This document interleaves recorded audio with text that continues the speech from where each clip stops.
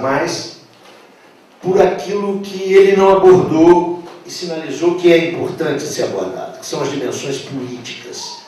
No fundo, o problema da democracia e da liberdade. Mas eu queria começar dizendo para vocês que eu acho que é importantíssimo a gente discutir a Revolução Russa, a experiência russa, e eu me atreveria a dizer, não é, o circuito épico, trágico do que foi a experiência de transição socialista na União Soviética. Nada melhor do que esse tipo de seminário, que inclusive permite comparar experiências socialistas diferentes. Mas eu penso que a experiência de transição socialista, e depois vou me deter um pouco nessa expressão transição socialista, da União Soviética, ela foi a mais importante do século XX. Está muito na moda a gente julgar na lata do lixo o que foi essa experiência, não é? O que eu já assisti de palestra, intervenção e já li, e vocês certamente têm essa experiência, é a experiência de que aquilo lá foi um grosseiro erro histórico que a gente tem que tratar de esquecer.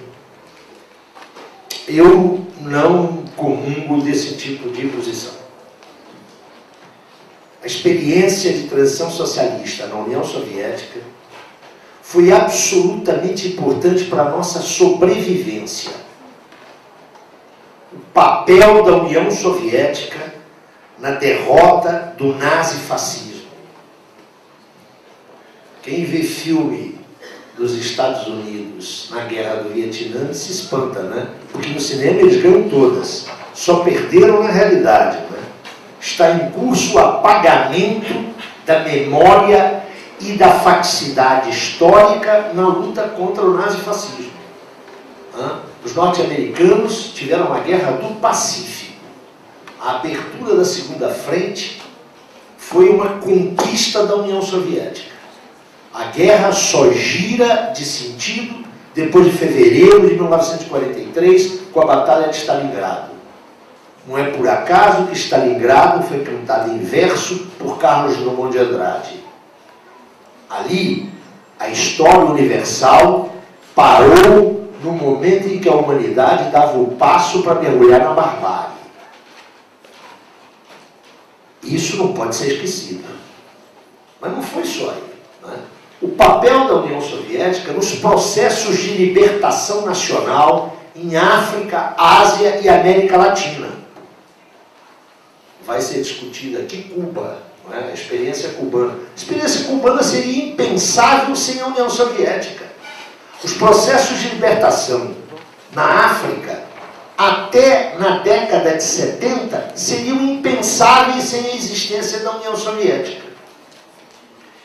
E, para ser curto e grosso, a dissolução da União Soviética, do ponto de vista das camadas trabalhadoras no mundo inteiro, foi uma tragédia.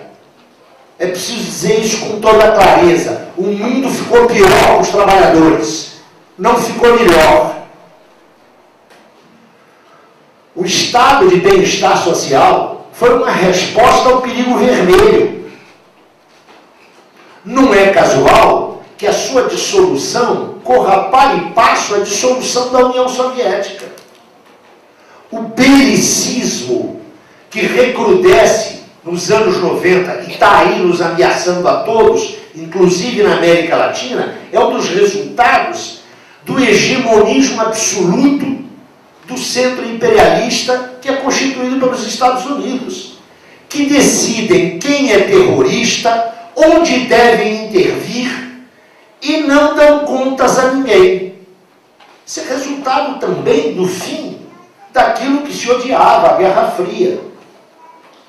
Para não falar na restauração do capital, né? Antes havia um lá. E eu quero discutir os aspectos políticos e não democráticos daquele lá. Mas existia uma sociedade alternativa. Havia um lá. Hoje não há mais lá. E o imperialismo, com sua nova roupagem, mas a sua velha ferocidade, age sem ter limites. Eu acho que esses são elementos para ponderar a necessidade de repensarmos a experiência de transição socialista. Mas eu queria dizer uma coisa aqui que para mim é muito complicado falar sobre essa experiência. Porque eu fui solidário com ela. Eu sou solidário com ela. Né? Eu sou fruto daquele período que o professor Ângelo falou, que a União Soviética botava lá em cima Sputnik. Eu estava no ginásio, vocês não sabem o que isso representou.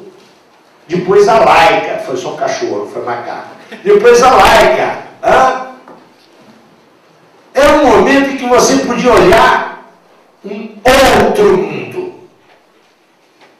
Foi a primeira promessa, até porque a Comuna de Paris, como ele bem lembrou, durou 72 dias, foi a promessa de um outro mundo. Foi uma promessa incumprida. Nos interessa saber por que ela foi incumprida. O professor Ângelo citou muito bem o que foi em 1917. Fevereiro de 17, outubro de 17, pelo nosso calendário, novembro de 17, lembrou a Revolução de 1905. Não se pode entender o ano de 1917 na Rússia se a gente não levar em conta aquilo que o próprio Lenin chamava de ensaio geral, que foi a Revolução de 1905 a 1907. Agora, o que é curioso é que pouco mais de um mês depois da chegada do Partido Comunista, então chamado Partido Bolchevique, ao poder na Rússia, Gramsci, pouco mais de um mês, no dia 24 de dezembro de 17, ele escreveu um artigo com o seguinte título: A Revolução contra o Capital. Contra o capital, note, não é o capital enquanto sujeito econômico, mas o capital, o livro do Marx. O que o Gramsci dizia? Olha, essa revolução que ele saudava, foi feita contra o capital. Gramsci tinha toda a razão. Lembre-se das considerações do professor Ângelo sobre essa época.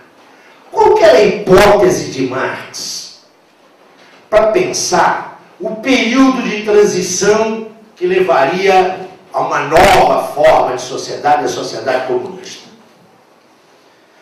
E que Marx chamava, como ficou na tradição marxista, de socialismo. Marx pensava que havia duas pré-condições para que a ruptura do poder burguês permitisse a transição ao socialismo. Primeira pré-condição, um alto grau de desenvolvimento das forças produtivas. E quando Marx está falando isso, ele está pensando naquilo que os sociólogos burgueses mais tarde vão chamar de sociedade urbana industrial. Ou seja, um grande desenvolvimento da indústria, dos serviços e a vida social centrada e polarizada nas cidades. Essa era a primeira condição para Marx. Segunda condição, ou se vocês quiserem, pré-condição, a existência de um proletariado numeroso e politicamente organizado. Marx estava pensando claramente na Inglaterra do seu tempo, né? Onde os sindicatos eram livres, onde a classe operária tinha tradição organizativa e havia liberdade de criação de partidos políticos, direitos de organização, expressão de pensamento, etc. Essas eram as pré-condições de Marx para a transição socialista. É por isso, e foi bem lembrado aqui pelo professor Ângelo, que ao longo de toda a sua vida, Marx pensou a ruptura do poder burguês e o início da transição socialista, primeiro na Inglaterra. A partir dos anos 60, ele começa a olhar a Alemanha. Nenhum deles, dos chamados clássicos do marxismo, apostava na transição socialista, tendo por topos, por espaço, as periferias capitalistas. Ainda que Marx, no fim da vida, tenha se interessado pelo processo de desenvolvimento russo, especificamente russo. Mas ninguém, não passava pela cabeça de ninguém imaginar que seria possível iniciar a transição socialista a partir de condições, eu diria, de subdesenvolvimento. Que a Rússia já era um país capitalista, não havia dúvida. Isso, inclusive, foi objeto de um longo trabalho do Lenin, publicado em 1900. Mas como lembrou o professor Ângelo, o fato de ter uma produção industrial significativa não lhe retirava o caráter de país periférico. Por isso mesmo, Lenin, que é uma figura central no processo revolucionário russo, não é a única, atenção, não é a única, e a gente tem que dizer isso porque o stalinismo, e eu acho que a gente vai ter que discutir isso, não é? O stalinismo santificou Lenin, não é? Criou aquela coisa horrorosa que é a múmia lá na Praça Vermelha. Quer dizer que isso é uma coisa horrorosa. Não é? Vocês sabem que Krupskaya, a mulher de Lenin, protestou contra isso. Lenin não queria criar nenhuma nova religião. Não é? E durante décadas, a fila eu tive em Moscou algumas vezes, sempre recusei lá. Não é? Não é meu programa. Lenin morreu, pronto e acabou. Não é? O leninismo é uma criação stalinista. Vamos logo de cara dizer isso. Pois bem, como é que o Lenin entendia 1917?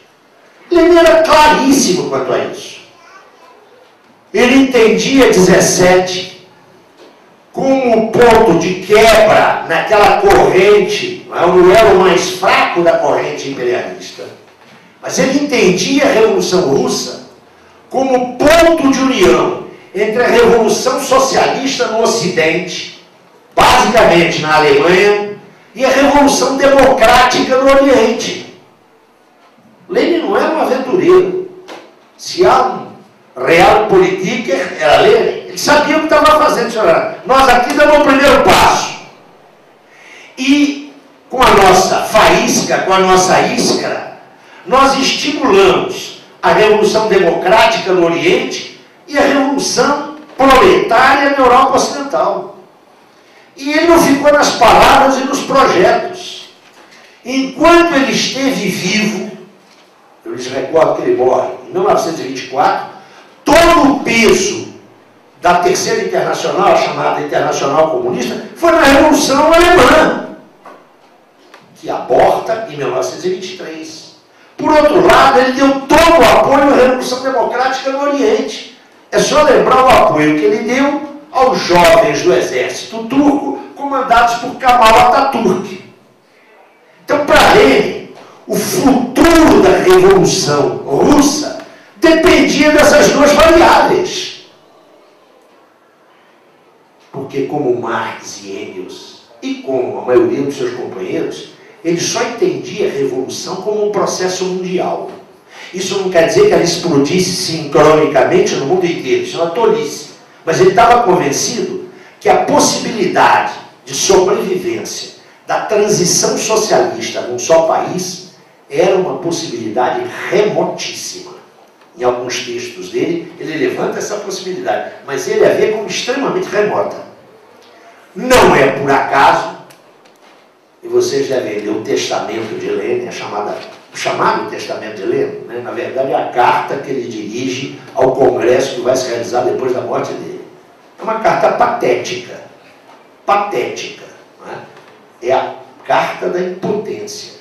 O cara que está vendo que a Revolução no Ocidente fracassa, a Revolução Democrática no Oriente não anda, e que o insulamento da experiência socialista vai se concretizar.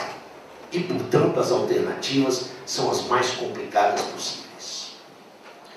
É curioso lembrar, depois de mencionar o Testamento de Lenin e o artigo do Gramsci, um pequeno texto daquele que eu penso ser o maior filósofo marxista do século XX, que é o húngaro György Lukács. Você já sabe qual é. Num pequeno artigo da primavera de 1919, no auge da Guerra Civil, Lukács escreve que há uma possibilidade de a ditadura do proletariado transformar-se em uma ditadura sobre o proletariado. Com isso, o que eu quero dizer? Que vários revolucionários naquela época estavam tendo clareza dos riscos da empresa revolucionária dos bolcheviques. Foi muito bem lembrado aqui a Guerra Civil. Não se pode pensar a experiência de transição socialista na União Soviética sem considerar o duplo estado de guerra vivido, não é? 14, 18 e 18, 21. Perder essa perspectiva, eu achei muito engraçado que o Ângelo falou em bagunça.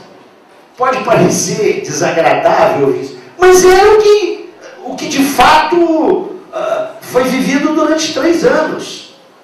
Não é como ter planejamento central, né? Você pode ter poder central. Você não tem nem planejamento nem intervenção quando uma cidade, a cada 24 horas, cai nas mãos de um dos lados. É isso que vai explicar o fenômeno que eu penso ter sido decisivo do ponto de vista político para a experiência da transição socialista. O proletariado foi a grande vítima física da guerra civil. Na guerra, morreram proletários e morreram camponeses. Na guerra civil, o proletariado russo foi praticamente destruído. O que restou é, segundo os dados que o Deutscher fornece, 1/5 do proletariado existente em 1913.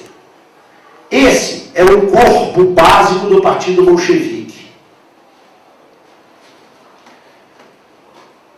A partir de 1923, começa um processo, eu vou falar sobre ele em seguida, que me parece a grande consequência da guerra civil e do insulamento, do isolamento da experiência soviética. A fusão do aparato partidário com o aparato governamental. Vamos ver se nós nos entendemos. Eu estou falando aqui em transição socialista. É mais ou menos aquilo que, em geral, os teóricos chamam de socialismo. Socialismo não é modo de produção. Atenção para isso. Modo de produção é modo de produção capitalista. O que virá depois, se vier nessa ótica, é o modo de produção comunista. Eu insisto em falar em período de transição socialista, porque é precisamente aquele período onde instituições da ordem do capital e da ordem burguesa ainda têm existência e emergem as novas instituições próprias daquilo que será uma sociedade sem classes, portanto sem antagonismos, sem classe e sem Estado. Mas, jovem, esse é um período que ninguém tem uma bolinha de cristal para dizer quanto vai durar. E mais, a tradição marxista não desenvolveu até hoje um conjunto seguro de pesquisas sobre a transição socialista. Nós não temos uma teoria da transição socialista. Nós temos estudos localizados. É preciso investir nisso, inclusive quando se fala desse socialismo que faliu, que fracassou nos anos 90. Ora, o que caracteriza, o que se pode afirmar com segurança que caracteriza essa transição socialista? O que caracteriza essa transição socialista é o que eu chamo, seguindo um italiano que já foi marxista e hoje está nas piores posições, eu me refiro a Umberto Cerroni, com quem eu tive aulas há muitos anos. Seguindo a Cerroni, trata-se de uma dupla socialização. Primeiro, socialização da economia. Em termos curtos e grossos, e eu tenho que simplificar muito isso, lembre-se das várias vezes em que Ângelo falou e que tem que simplificar, é socializar meios de produção, modalidades de trabalho e gestão da alocação do excedente econômico. Trata-se, portanto, de um processo extremamente complicado. É aquilo que pode levar à autogestão dos trabalhadores. Socialismo que não for autogestionário é mentiroso. Só que esse é um longo processo.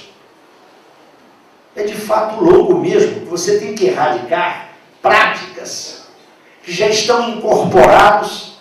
E nada melhor do que lembrar Lenin para entender isso, né? É que Lenin dizia que era o drama da revolução. é construir um mundo novo com os homens do mundo velho. Então, o primeiro processo que decide uma transição socialista consiste na socialização da economia. Mas essa socialização da economia só é possível se houver aquilo que é impossível no capitalismo, que é a socialização do poder político. Notem vocês que o capitalismo permite a socialização da política. Este ato aqui, a existência do Brasil de fato, não é, mostra que, sob o capitalismo, é possível socializar a política. Então, a gente tem candidatos, tem partidos. Agora, o que sob o capitalismo é impossível é socializar o poder político. Só a transição socialista pode fazer isso. Tá? É só lá ler o livro quando ele diz, olha, todo homem e toda mulher pode participar do poder político. Mas se isso for realizado, o capitalismo desaba, o Estado burguês desaparece.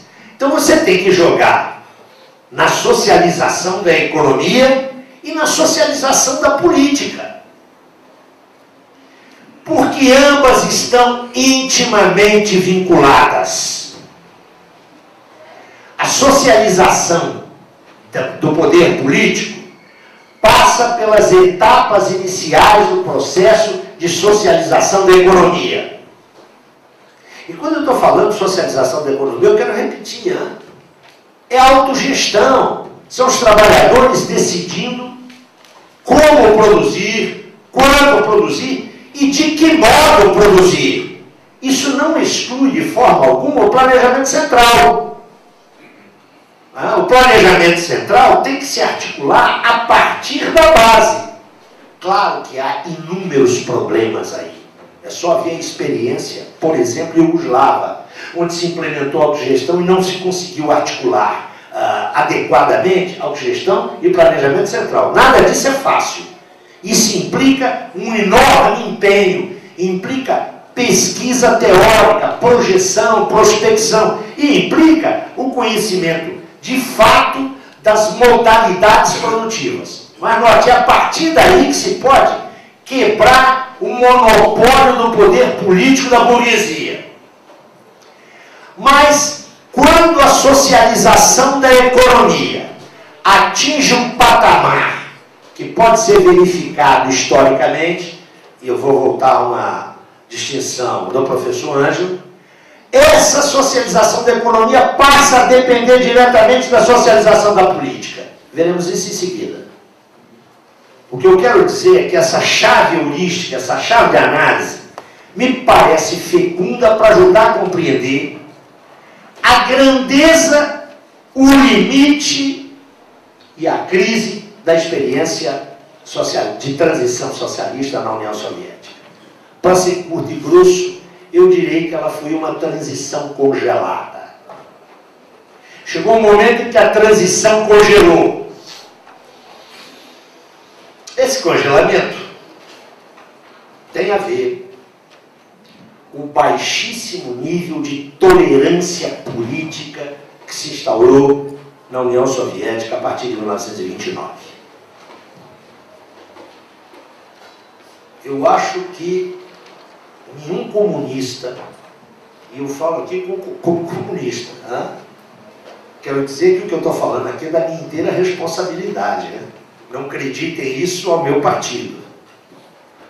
Mas eu acho que um comunista não tem que temer usar as palavras.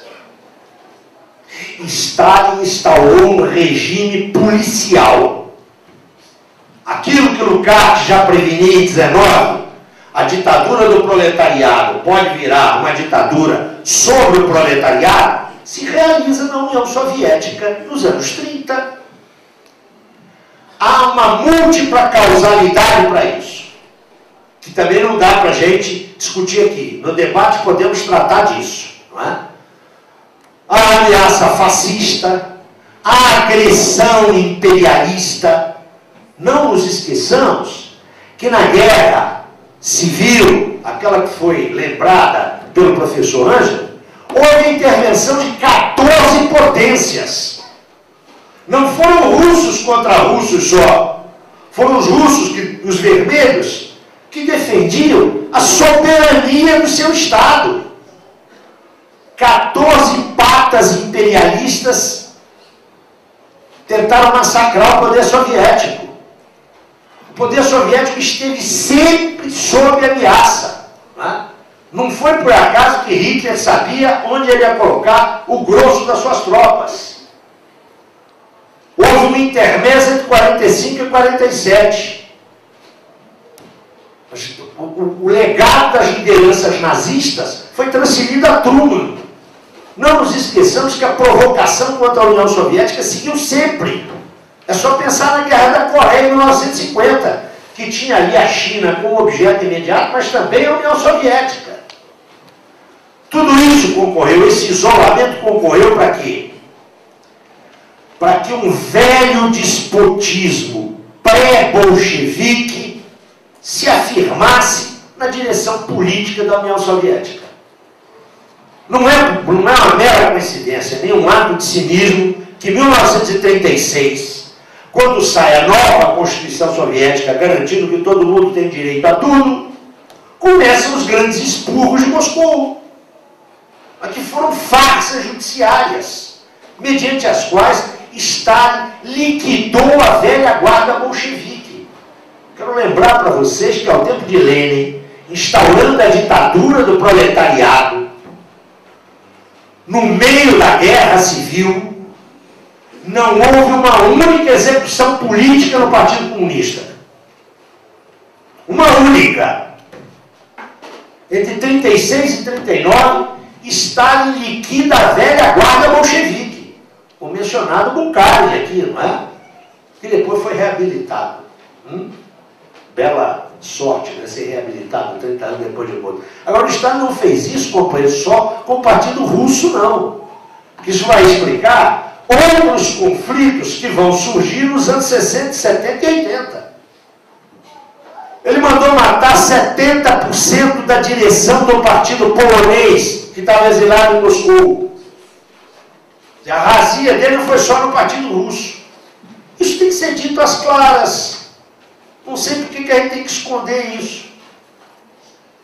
Eu me recordo, e tem dois amigos que estão aqui, sentadinhos ali, que quando eu publiquei um livrinho que vendeu para burro sobre stalinismo, meu lá nesse livro, eu era membro do Comitê Central do Partido Comunista Brasileiro. Lá eu digo que Stalin mandou matar Trotsky. Isso é um segredo de polichinelo, né? Ninguém sabia disso. Trotsky foi assassinado por um braço da polícia política de Stalin. Lá no nosso jornal, onde Sara Mello, a quem eu rendo homenagem aqui nessa noite, uma companheira que perdemos há poucos dias, Sara Mello pegava a correspondência que chegava no jornal e me mostrava, queriam a minha cabeça. Porque no ano da graça de 1985, eu disse, olha, Stalin mandou matar Trotsky. Nós não podemos conciliar com isso.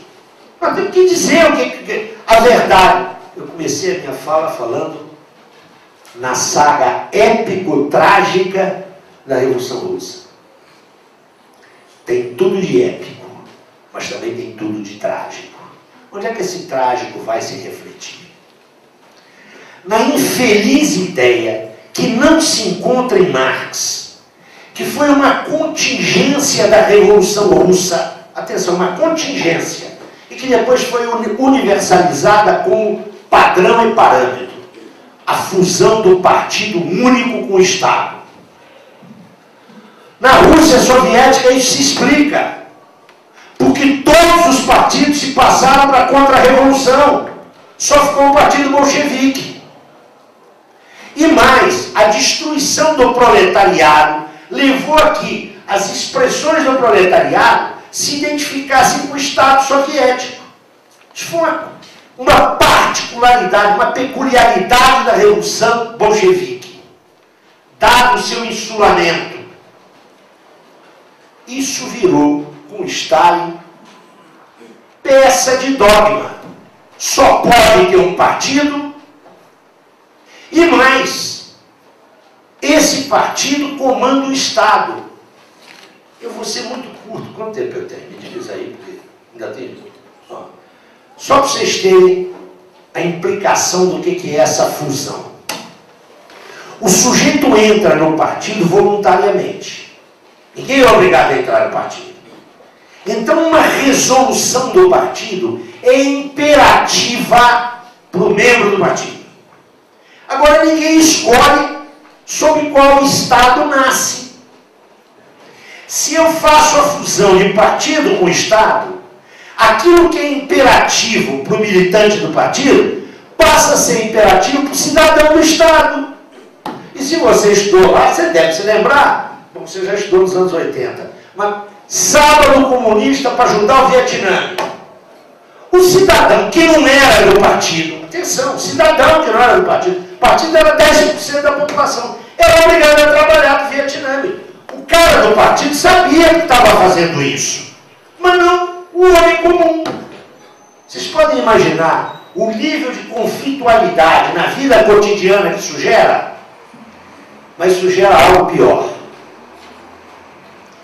Isso gera na base, e a base aí não é a base do partido, é a base da sociedade, gera a espera do comando do partido para se mobilizar para qualquer coisa. O que significa que a vida política só muda se o núcleo dirigente do partido muda. O partido, que é igual ao Estado, absorve o conjunto das iniciativas da sociedade. Eu talvez discorda um pouco, Ângelo, da ideia de que em 85 ninguém imaginava que aquilo ia cair. Eu te diria o seguinte, não imaginava a velocidade, o ritmo. Aí eu concordo com você. Porque se você estuda com cuidado o pós-guerra, você vai ver que fora da União Soviética haverá conflitos o tempo todo. 1953 em Berlim, 56 na Hungria e na Polônia. Depois ainda nos anos 60, na Tchecoslováquia. Depois de novo na Polônia. Caramba, o que é isso? O baixo nível de tolerância política. Trocando em miúdos o ar da democracia, qualquer que fosse ela, burguesa, proletária, era muito rarefeito. Onde é que a coisa vai explodir? Vocês se lembram que o Ângelo falou aí em mudança de paradigma. Olha, enquanto o negócio foi Fordismo, essa economia funcionou admiravelmente bem. Admiravelmente bem. Quando isso muda, ela vai para o buraco. Está absolutamente correto. Eu usaria outra terminologia. Eu diria que enquanto se tratava do que eu chamo de desenvolvimento extensivo, que significa o quê? Você ampliar massivamente aquilo que Marx chamava de capital constante, produção em larga escala. Essa falta de iniciativa da base era compensada pelo comando estatal partidário. É evidente que esse modelo de crescimento industrial entra em crise na passagem dos anos 70 para os anos 80. O que vai ser, no fundo, a perestroika, né, conjugada com a glasnost? É a tentativa de rapidamente superar esse gap, passando ao chamado desenvolvimento intensivo. Não mais crescimento extensivo, desenvolvimento intensivo. Mas para isso você demanda iniciativas de base e liberdade de inovação que são desconhecidos na tradição do que ele chamou de paradigma fordista. Isso só muda quando muda a cúpula. Quando se faz a transição do Andropov para o Gorbachev. Aí já era tarde demais. Não dava. O gap era longo e em torno da demanda de liberdades políticas, a massa vai para a rua. E cai nas mãos daquele ébrio, não é? Bêbado quanto mais, que é o Yeltsin, que começa o processo de mafiovização, primeiro da política e depois da economia da União Soviética. Essa experiência perdeu-se pelo seu déficit de liberdade política. Ao fazer essa afirmação, estou longe de idealizar a democracia formal burguesa. Estou apenas sinalizando que quando a transição socialista não encontrou aqueles pressupostos lá de Marx, ela tem uma dupla tarefa: criar aqueles pressupostos e avançar sobre eles. Mas só é possível avançar sobre eles com democracia proletária, com democracia socialista. Isso não foi possível na União Soviética. E não apenas pelas debilidades da organização política da União Soviética. Não é? Foi pelo cerco imperialista, pela sabotagem e, por que não dizer, pelo poder do capital. Quando se fala em poder do capital, meus amigos, está se falando na restauração capitalista que corre solta hoje naquilo que foi o glacis soviético, naquilo que foi o mundo socialista. Hoje nós temos economias inteiramente nas mãos de máfias. E de onde é que saem essas máfias? De um partido que se burocratizou. É isso mesmo que vocês estão ouvindo. O que significa que a restauração capitalista fere essa experiência no que ela tem de mais medular. Mas nós não temos que começar do zero. Nós aprendemos. E só aprendemos se fizermos uma crítica tão profunda da experiência soviética que nos permita, como é o meu caso, dizer que a humanidade não perdeu tempo ali. Ela foi épica e trágica. Não construiremos nenhuma modalidade de transição socialista se não estudarmos a experiência soviética e, sobretudo, se não honrarmos o seu legado humanista. Eu queria lembrar, que foi o professor que citou, o Bukhari. Vocês sabem que o Bukhari foi condenado e executado numa das purgas do período 36-39. Ele escreveu uma carta para a mulher dele e pediu que ela decorasse a carta, porque a carta podia ser destruída. Nos anos 80, quando se faz a reabilitação de Bukhari, ela apresenta a carta. E há um momento em que Bukhari, finalizando a sua carta, onde ele se defende das acusações, que ele admitiu na farsa judiciária dos anos 30, Bukhari diz: camaradas, na bandeira vermelha que carregais há uma gota do meu sangue. Na bandeira vermelha do socialismo, que não está esgotado, que não está falido, porque é a única alternativa de sobrevivência da humanidade. Hoje se põe mais do que nunca a alternativa: ou socialismo ou barbárie. O professor Mesaros, que anda meio pessimista, diz: olha, se demorar muito vai ser socialismo ou barbárie se tivermos sorte.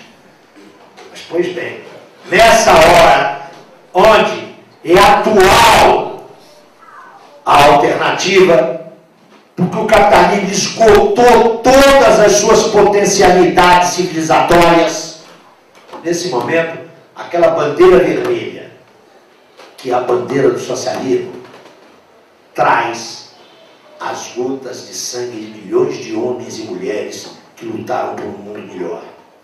E sem essa herança, nós não avançaremos um passo sequer. Muito obrigado.